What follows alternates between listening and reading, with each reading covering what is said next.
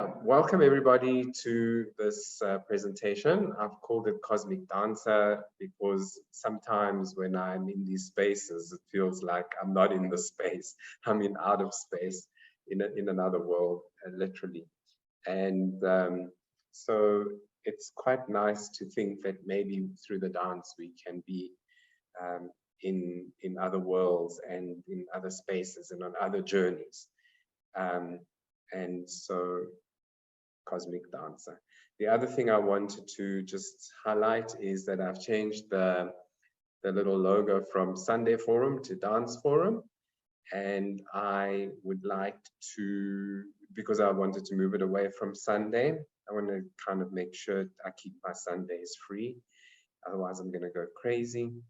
And then, and also, I just at this point would like to open this invitation to anybody that's online or present here, that if you have something to share that's dance related and you're willing to put a presentation together, then that would be lovely. And we can create this more open. So it's not just me. I've done a lot of these presentations, but it would be really nice to hear other voices and to share and really create a space for learning around, especially conscious dance. So it's not just beer dance; it's like the full. Okay. So the Cosmic Dancer. There are a couple of disclaimers. The first one is that obviously psychedelics are illegal in various parts of the world, and this talk is in no way intended to encourage anyone to act in an irresponsible or illegal manner. So it's research and it's for information. And if you are in a part of the world where it's fine, then obviously you will do what you can. But having said that, there's a huge move around the world in terms of research with psychedelics in therapeutic environments. And this is part of it. I've been reading up a lot of the research, especially around psilocybin and MDMA and things like that. And, you know, I've been kind of looking sideways at what people do. And of course, they're doing amazing work. But for me, there seems to be an element missing, and that's the body. When I look at the videos of people in these journeys, they're lying down, they've got lines over their eyes, and they're totally passive and immobile. And I always go like, I have this niggly feeling when I see that. So, but these are some of the places where things are being done, and they've been researched for a long time. The other thing that I really think I'd like to stress is that a lot of the plants have been used over time across the world, but we have been introduced to them in the 20th century via specific cultures. So Mexico and the Amazon and people. And it can seem that when we start to explore this and use this, that there is some form of cultural appropriation. In fact, taking something away from these cultures. And I kind of want to stress that, well, I want to state that I don't believe it's this. And that's because I come from a universalist paradigm. I think that there are things that we share as humanity, and they become expressed differently in different cultures. So I'll use dance as an example. Everybody dances. All cultures dance. We all have music. So there's no reason why we can't all use the plants and to actually to express and use in our particular paradigm or our culture or in our way. So you know, so this just comes from the evolutionary biology paradigm. We are evolving. We have used plants, we have evolved our consciousness, our biology, etc. And I think that with respect, you know, we can be taught or from other cultures, as long as we don't take over the rituals and the ceremonies and kind of use them inappropriately. So I think, for example, you know, different cultures have different rituals, and they around plants and around all sorts of shamanic practices, and that it gets expressed differently in different cultures and their different ceremonies. And I think when we take those expressions and use them without indiscriminately, then there is a problem. But for me, what I have always done is to look beyond that and to go, okay, like what lies behind that? What is the universal principle behind this? What is happening? And when I can find that universality across cultures, then I'm quite happy to say, okay, I'm using it. Then, so we look at universal first principles. So we're not looking to adapt rituals and cultures or replicate them, but that we are going back to first principles. And then most importantly for me, the work that I do and is based on two things. The one is research, a lot of reading, a lot of seeing what other people have done, what other people have written, have tested, etc. And the second thing on direct access and experience is that I will not do anything ever that I have not myself experienced. And when I speak about something, I like to think that I'm speaking from my experience, whatever that is. So I think that's important. So I'm not kind of trying to regurgitate somebody else's views and ideas, and you know, and kind of proselytize on something that's not my experience. So when we look at this topic, we see that shamanic traditions are found everywhere in ancient cultures and coming forward. So we have in Greece, I've just put up the Elysian mystery rites there. In the Americas, we have the Native American rites. We also have the Amazonian cultures with you know, with their ceremonies and rituals. Asia, of course, is where the word shaman comes from originally, and then of course Africa through our own cultures here. You know, so it's universal. Some of them have come through time, and some of them haven't. So the Elysian mysteries were totally destroyed through Christianity and the Byzantine emperors, who literally demolished the temples and everything that was going on there. But you know, obviously in other places things have come through. So it's universal. This idea of shamanism or shamanic practice or traditions is a universal. It's universal. It's found everywhere. It's not only one place. It's just that for a while in the West, we have demonized these, and I'll tell you forward. So not all traditions are the same, obviously. As I said before, it gets expressed in different ways, and ceremonies are different, rituals are different, but there are some common practices. So movement and dance is one of them. Plants, entheogens, I'm using the kind of generic term entheogens for psilocybin and peyote and ayahuasca and everything. So entheogens, and of course music such as drumming, especially. and others. There are other ways in which people create healing and ritual. Some of them are extreme practices where they undertake rituals that create extreme pain in their bodies. Others are with breath, others are with sensory deprivation, others are through fasting. There's a whole lot, breath work, there's a whole lot of different ways, but these are the three that I'm interested in and that I focus on.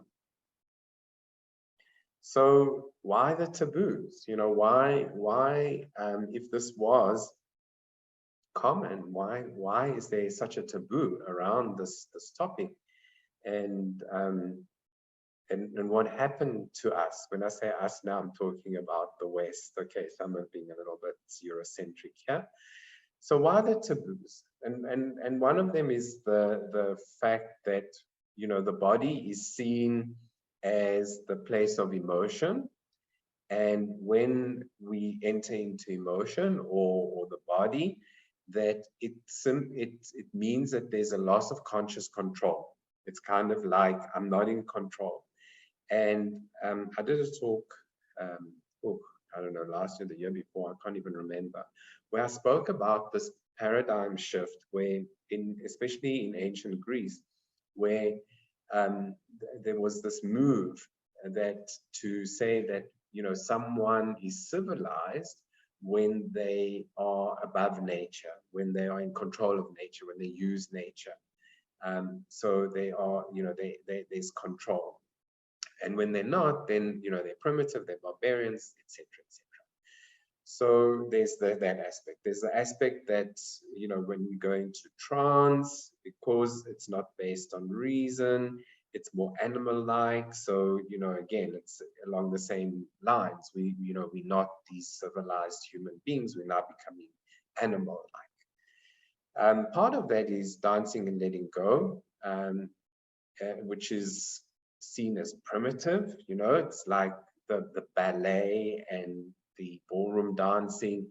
That's very formal, that's very civilized. But this thing of dancing in the street, you know, Alison told us about the book this week, dancing in the street, or carnivals, or rituals, or where people go crazy just letting go and dancing. Well, that's not really civilized, you know, that's the primitives. Those are the savages. That look at what they're doing. This very kind of colonial type of a paradigm there. And then, you know, the idea that if we do go into rituals, if we do go into these spaces where there's this communal letting go, like a carnival, like an ecstatic dance, or some kind of ritual, that what happens is we get lost in the group. That's natural. And what happens then is that that's a challenge to our individualism. You know, it's kind of like we have this culture of individualism. I'm in control. If I give that up into the group, then, you know, there's something that's wrong. So these are, you know, some of the taboos around this. And, you know, we find them in a lot of conversations people have, which also then translate sometimes into fears of, and people don't want to come and do this stuff because it's, you know, I'm going to lose control, or something's going to happen to me. And there's a lot of misinformation. In fact, I watched a TED talk the other day, which like infuriated me, because the speaker spoke about psychedelics and said, oh, you know, when people took psychedelics, they were jumping off buildings. That is not true. That's a fallacy. It's been proved to have been propaganda used against psychedelics. And if there was anybody who jumped off a building, it was not because of the psychedelics, it was for other reasons. And so it's just quite interesting that it's out there, and somebody in a TED talk would actually say that. And I was so cross. I felt like, you know, felt like writing back to 2017 and complaining about it, but I just, you know. All right, so the talk about, you know, the main part that I'm interested in, of course, is movement. And some of the common characteristics with movement and dance that I'd like to invite you to keep in mind is that it is related to emotion and can be related to emotion. So the body, we can embody the emotion, so we can feel it and experience it, or we can express it, or we can transmute it. So emotion is not a static state of being, which sometimes we get hooked into. I keep saying that it's like we love to just sort of wallow in the emotion and the story. It's not that. It's a dynamic messenger. Emotion is a messenger. It's the messenger from the body to us, to tell us things. It's to tell us, be afraid, run. It's to tell us, relax, you're safe. It's to tell us whatever it is. It arises in the body, and it's the messenger. Then we can create meaning through movement, and we can communicate with each other. We create meaning, and we can create symbolic structures. So this is quite an interesting concept, because we create our meaning of the world through movement, through something called enaction. So Francisco Varela has written about this, and others, of course, but I think he came up with the term enaction, which means that through movement, we engage with the world and we create meaning and understanding and relationship. So our entire sense of meaning and being in the world is based on movement. It's not thought, it's not meditation, it's not something else. It's actually engagement, active engagement. And then movement can, of course, bring about transformation and new states of feeling and thinking and being. And I'll explain that a little later.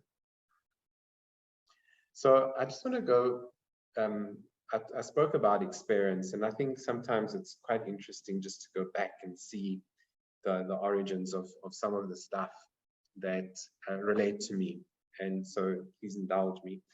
So the first dance workshop that I ever did that had anything to do with transformation was with a guy called Neil Kaplan in London, and he was a dancer with a Lindsay Kemp dance company. And just to cut a long story short, in that workshop, I had an experience which was like a near-death experience. It wasn't a near-death experience. The characteristics of the experience were the same as a near-death experience. The tunnel of light, all the things that people describe in NDEs. And it was really fascinating because, you know, there I was, we were doing this dance, you know, doing dancing, and whoosh, down the tunnel into the light. And I remember it as being extremely emotional because of the, almost like the love and desire to be in the light and having to come back. And I remember sort of like crying because I had to come back out of this beautiful space. But this amazing moment of just going into another world, another space through the dance. And that was my first experience. That was the beginning. Then at one stage became obsessed with whirling, and I thought, no, I need to whirl, and I need to experience this. And of course, nobody knew how. You know, there was nobody here that did it. Here being South Africa, and I eventually I was taught, but I deconstructed the movement, you know, through videos, through reading, and then I put it together. But out of this experience, what like really, two things that really stood out for me. One was this paradox of movement and stillness, that in whirling, almost like the faster you go, and the more you let go, the stiller it feels. It's the stillness arises. It's like incredible. as you're whirling, your body's going around, there's this feeling of stillness that just sort of comes through into the center. It's incredible. And I can understand, you know, the dervishes and the connection up and down and all of that. And then more importantly for me is, I didn't know then, but I discovered later, is that after an hour of whirling, and if any of you would like to do an hour of whirling, it's quite an experience. After an hour of whirling, the physiological symptoms I felt in my body were similar to those that I felt in ayahuasca ceremonies later. And these are, you know, they're related to abdominal cramps and holding and stuff that, you know, one gets to when you push to that point where you have to let go because what you're holding is so deep. And it then, you know, manifests in your body. And that for me was quite interesting, that you know, the movement and the ayahuasca ceremony, and you know, subsequently other plants, that they share these physiological symptoms. And then of course, you know, I did discover ayahuasca, and then I did quite a lot of ceremonies. I think I don't know, 50 or 60 ceremonies. I stopped ayahuasca about 3 or 4 years ago.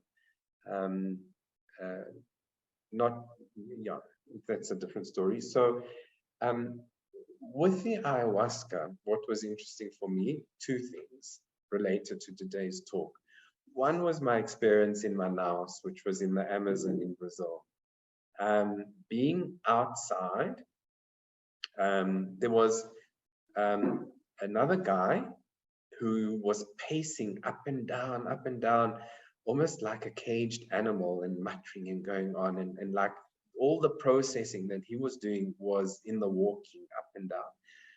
And that was happening on one side. And then I took this path that was going down to the trees and the forest. And I had my first therianthrope experience. Therianthrope is when you feel you have become an animal. Now, of course, I didn't become an animal. It felt like it. My body felt like it. My movements became like it. There was an experience of, for me, as if I were this animal, and it was like a, you know, undefined black cat of the jungle, you know, like a panther or something like that. And I remember doing, really like walking down this path like this animal and doing these dances and everything. I don't even know if there was music playing, but it was such a strong experience of embodying this and embodying the qualities and the strength and the agility and everything that came with this animal. And then further, I did two separate, well, I took part in several retreats, but two of the retreats at Wasiwasca in Brazil, which is in Florianopolis, I gave biodanza. And what we did is we would have a biodanza session in the afternoon prior to the evening drinking of the medicine ayahuasca. So, of course, on that day, everybody wakes up and you don't eat for the day. You fast. And so there's nothing to do, so we danced. And then we took ayahuasca. What was incredible about this was that the ceremonies where we did biodanza became very, very movement orientated. So what happened is that, you know, people would drink, they would lie down, of course they would have their journey, but instead of getting up and going to go have some soup or whatever, towards the end of the ceremony, people started moving. There was the one guy would, you know, would do martial arts, others people would dance, everybody was doing something with their body. And I didn't realize it then, but I realize it now, is that in that process lay the actual structure for what I use now, which is a little bit backwards to what we normally do in something like biodanza, where we activate and then we go into regression, is that first go into the journey, and the journey is an inner journey and one. So first we activate the body, we did biodanza, then we go into an inner journey of absolutely connection and feeling and processing and whatever, and then come out of that and use the dance to integrate, process, and make sense of the journey. So and then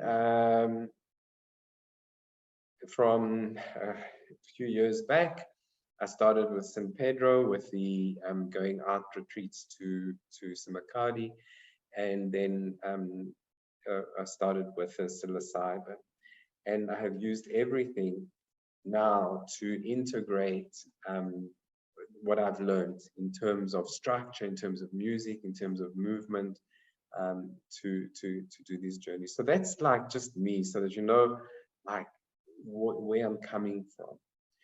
What I want to make really clear about taking psilocybin or even, I haven't worked with MDMA because it's a little bit too close to what I'm showing you here. It's not about raves and trance parties. In fact, people sometimes, contact me and they think it's a trance party, and I have to send a message back. It's like, no, it's not a trance party. So, but what's quite interesting, so it's not like taking drugs and having a jaw. But what's interesting about the rave, the ecstatic dance culture and the music that they use is that it's actually really very, very structured. And I'm not sure, if people actually are aware of this, but it has most of the pieces have a very particular structure, which is designed to take people up and down and sideways and everything in terms of their emotional experience and connection and dance. Which it's a fascinating topic, but I'm not going to discuss it now. Just know that even there's this amazing structure.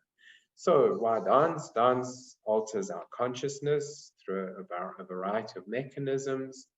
It stimulates the release of opioids. It produces rhythmic stimulation in the brain, which starts to synchronize different areas of the brain. It can release serotonin, and together with the opioid system, alters our consciousness. And because of that, the implication is that dance and the psychedelics or the plants, the entheogens, have co-evolved. That's why in the shaman tradition, the drumming, the music, the plant, it's there. They have co-evolved over time for the experience, for a particular purpose. So I think, and this is the topic of today, is that we have an opportunity with dance. Instead of having a plant journey, which is very passive, or kind of still inner journey or meditative journey, we can actually use dance, and we can use dance to navigate our experience of the plants, the plant journey. And the reason for that is that sometimes the mind can be incoherent, depending also on how much, what dosage you have taken of a plant. You kind of like not making sense, and everything is like running backwards and forwards. Even on a mild dose, it can be a challenge sometimes. So, like, don't use the mind to make sense of it. Don't try and figure it out. Don't try and rationalize it. Use the body. Use the body, because it's easier. Use the body and the movement to navigate the experience, make sense of the experience. And then in terms of emotion, we can mitigate and transmute emotions because the emotion is held in the body.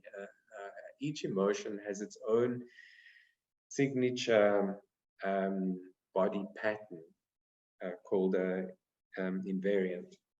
And literally, it'll be the heart rate, it will be certain muscles tensing, it will be others contracting, others releasing, etc., etc., etc. And through the movement and changing the body, we can change and transmute the emotion. We can actually release it. I mean, how many times simply people say, like, take a deep breath. Okay, because breathing is one of those things that is very much part of the emotion. And then thirdly, dance can access the subconscious. It means that we don't actually have to we don't have to try and make sense of what's happening if we can dance and allow the subconscious to let the insight emerge, let the healing emerge, let the experience emerge through the dance. And so often, I'm sure a lot of you have had this experience where you're dancing and then suddenly you have an insight, or the light bulb goes on, or you feel something, you think, okay, I never felt that before. It's like this, the dance is opening the doorway for the subconscious. So for all of us, our brain holds a picture of who we are through what's called the default mode network. So there's a lot of literature and videos around this which say, like, is this reality or is this a simulation created by our brains? Well, in a way, I mean, that's just, kind of one of those discussions people can have when they got nothing better to do. But actually, in reality, your brain is modeling your reality. So what it's doing as you move, all the information and sense data from the environment, not only your movement, but movement is a big part of it. But through your vision, your hearing, your sense of touch on your skin, everything, all the sense data is coming into your brain, and it builds up an internal state or an environment. And what happens is that this relationship then creates our sense of reality, and it also creates our habitual patterns of behavior. So if we in the world, we move or interact and we come across a situation and we react or we engage in a particular way, and the brain goes, oh, okay, that works for me. Let's file that, and it files it, and it becomes a habitual pattern of behavior. It becomes your default. So it goes into the default mode network. The next time you come across a similar situation, brain goes, oh wait, I filed this somewhere, pulls out the file, and tells you, okay, here you go. Because I'm really simplifying this, but just basically that's how it works. That's great, for things that work for us. For example, I don't have to now learn how to hold a spoon. I did that when I was 3 or 4, and I battled and eventually got it right. And my brain said, that's it, let's file it. And that's great, because now every time I need to hold a spoon, I know how to hold it. But along the way, there are situations where we interact and we take on coping mechanisms for different situations, especially around trauma and stress and other stories. And they become our default mode network. So if we have encountered a situation that has caused us trauma, maybe another person, a situation, and we have found a way of dealing with it, the brain goes, that's it. But, and that becomes the pattern.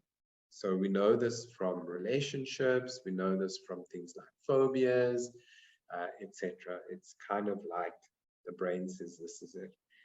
And that's basically the default mode network then is who you are, or not, sorry, not who you are, but who you feel you are and know who you are, and kind of like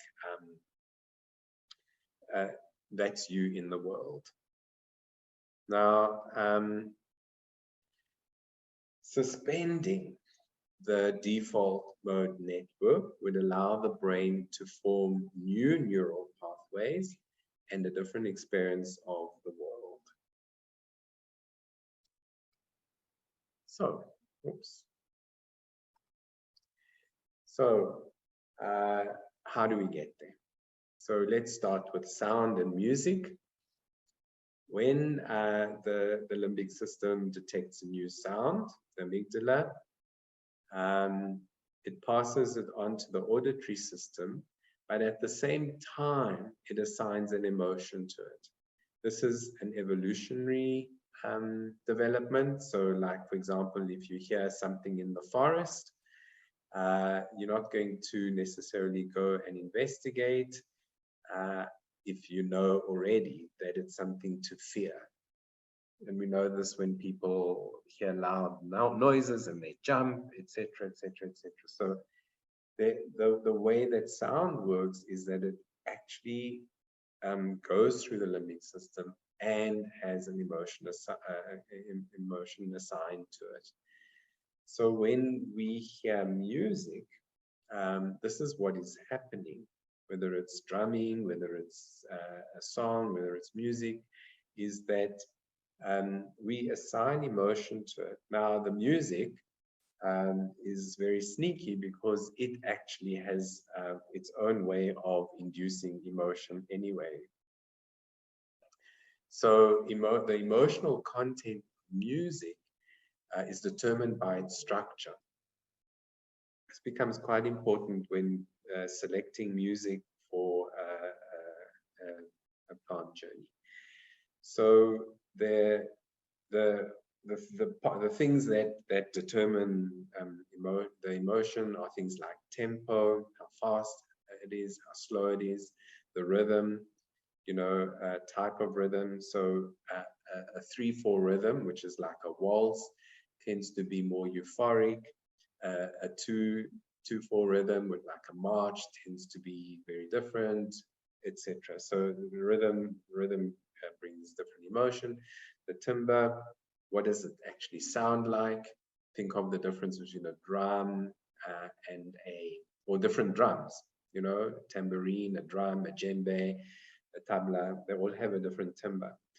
And brightness. So brightness is about how high or how low the music is. It's like this angelic thing of like, they're chanting, then it's very bright.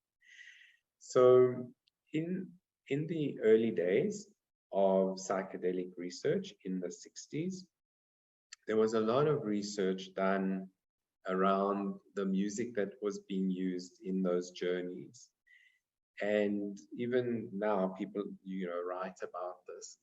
But a lot of the music tended to be classical music. And what's really interesting around some of these studies is something around preference. So when people have done studies around music, there's a very small percentage of people that will adamantly say that the music doesn't work, I can't relate to it. However, it's not often the music, it's something that the music has evoked. And then that becomes a journey. But the music was used to structure the journey, and there were different components. So there's the music that will slowly introduce the journey. There's the music that starts to take the deep dive. There's the music at the peak experience, which sounds contradictory because the peak experience is the deepest part of the journey. And then there's the activation part and the end of the music. So there's a very definite structure that was used in that. Now, when it comes back to emotion and recognizing music, it's a little bit like language. I find it hard to make Chinese sounds simply because my brain did not develop learning Chinese. I find it very easy to make Greek sounds, and then I giggle when people try and do that. And then I get giggled at when I try and make sounds that are maybe African or whatever. But we develop a cultural propensity to sound in terms of language and music. And what happens is that different cultures have different scales and different ways of putting music together, and that what might sound sad for us might not be sad for somebody in another culture necessarily. Having said that, there was fascinating studies done that despite these differences, and they were done with different cultures, despite these differences, the people who heard music from a different culture were still able to identify emotion in that music. And the two cultures that were used was Canadian and Pygmy. I don't know if that's politically correct. I'm just saying it's, you know, from the from Central Africa. And they played the music of the one group to the other, both ways. And in both situations, people were able to pick up the emotion. However, when when the music was very percussive, you know, like drumming, everybody had more difficulty identifying emotion in that type of music because it's like about rhythm, you know, it's different. So the rhythm becomes, you know, like in the percussion, becomes physical. Rhythm starts to activate the movement center through entrainment. I'll come back to that. And so it's the melody or music with melody that contains the emotional component. And there are different structures in different cultures on how that emotion is actually constructed.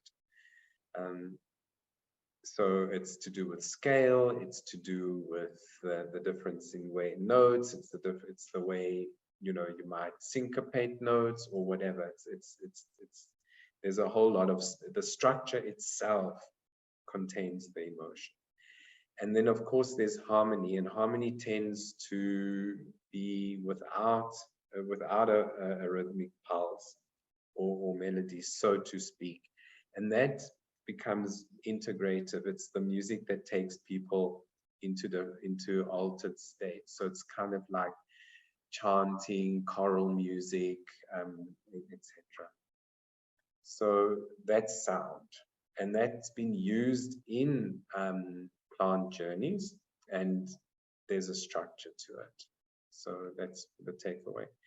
So when it comes to movement and dance, the auditory cortex is related to the motor cortex. So there's a lot of connections between the two. So when we hear a rhythm, like a drum beat or whatever, it's sometimes without even noticing it, the body will respond. There'll be a head nodding or a toe tapping or something. The body responds to this because they are connected. And this happens through a process called entrainment, where the sound and the movement then have the same pattern. So if there's a regular beat, then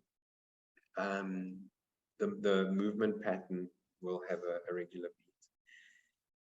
When people are a little bit dissociated, then they go like, oh, well, I don't have rhythm and I can't do this and I can't do this. And you can see it sometimes in the way people battle to maybe just be on the beat or kind of follow it.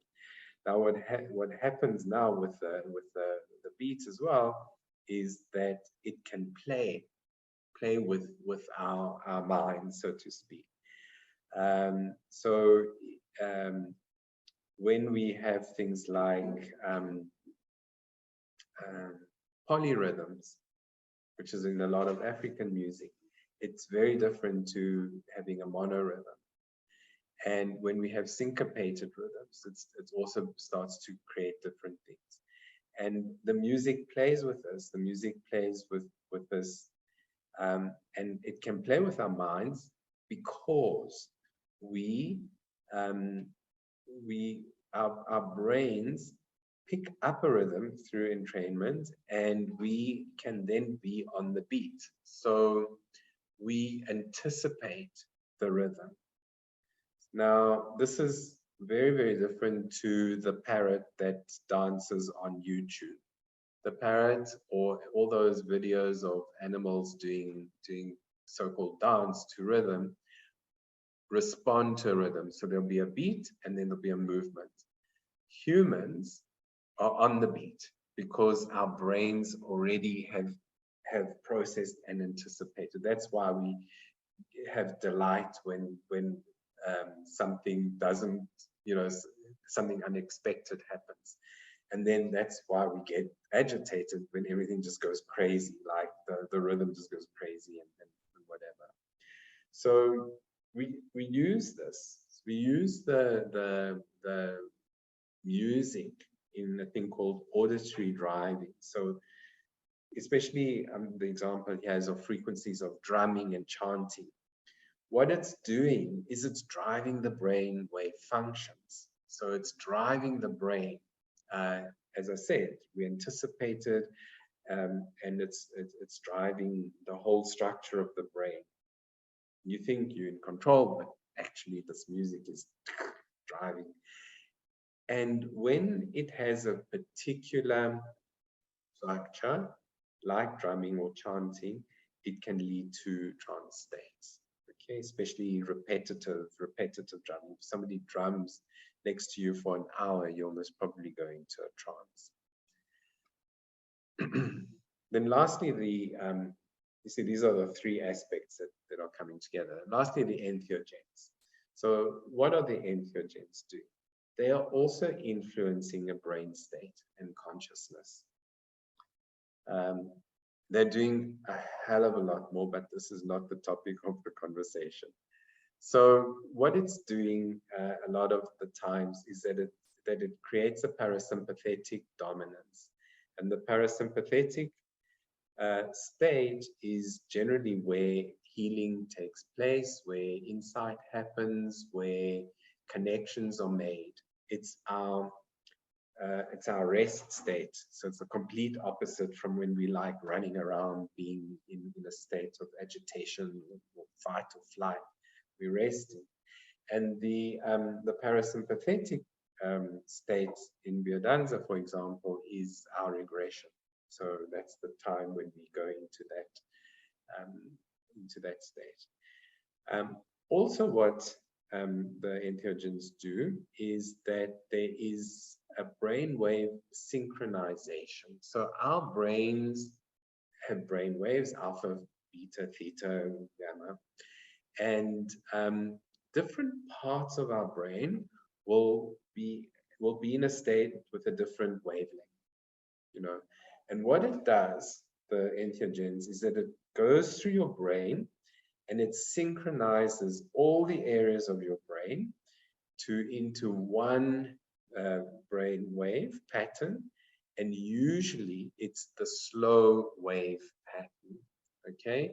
And the slow wave pattern is from the limbic system, the emotion. We're going back into that emotional system. And another thing it does, of course, is that there's a synchronization between the two hemispheres. In fact, some, I don't know if they were MRIs or whatever, but of people on ayahuasca showed is it the corpus callosum, the thing that joins the two hemispheres, totally animated and like, connecting the two. So the plant is creating a different brain state. But the brain state that it's creating is very receptive, okay, amongst other things. So just a reminder that we have the default mode network, and how we set up a lot of this interaction with the world is through our somatosensory network. I said earlier on, we have the sensors coming in, and we have movement as part of that, and we set up the default mode network.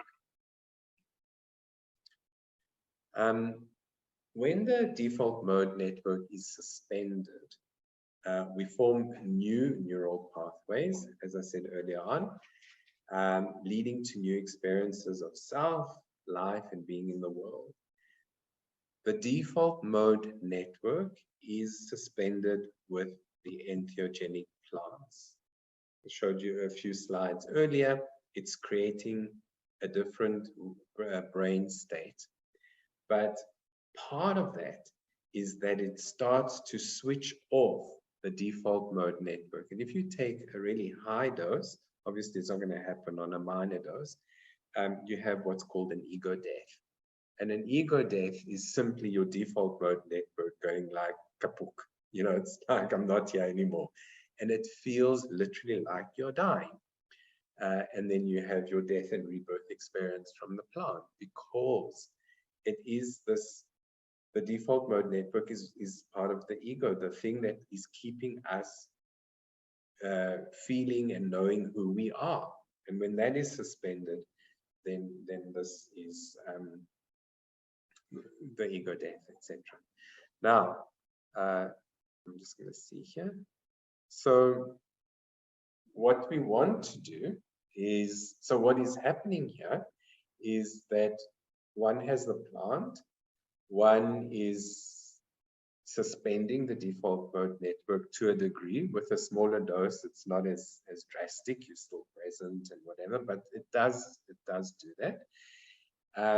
The music is driving the emotion and bringing it up, so it's going to bring up memories, emotions, stories, and then we can take the movement to shift that and to create a new set of information back into the sensory motor network, so that we start to feel different.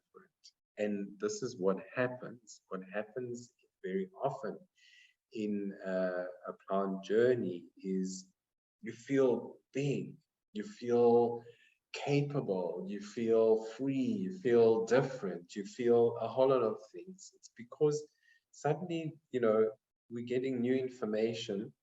Oh, this is the other thing I wanted to say. Because of the synchronization of the brain,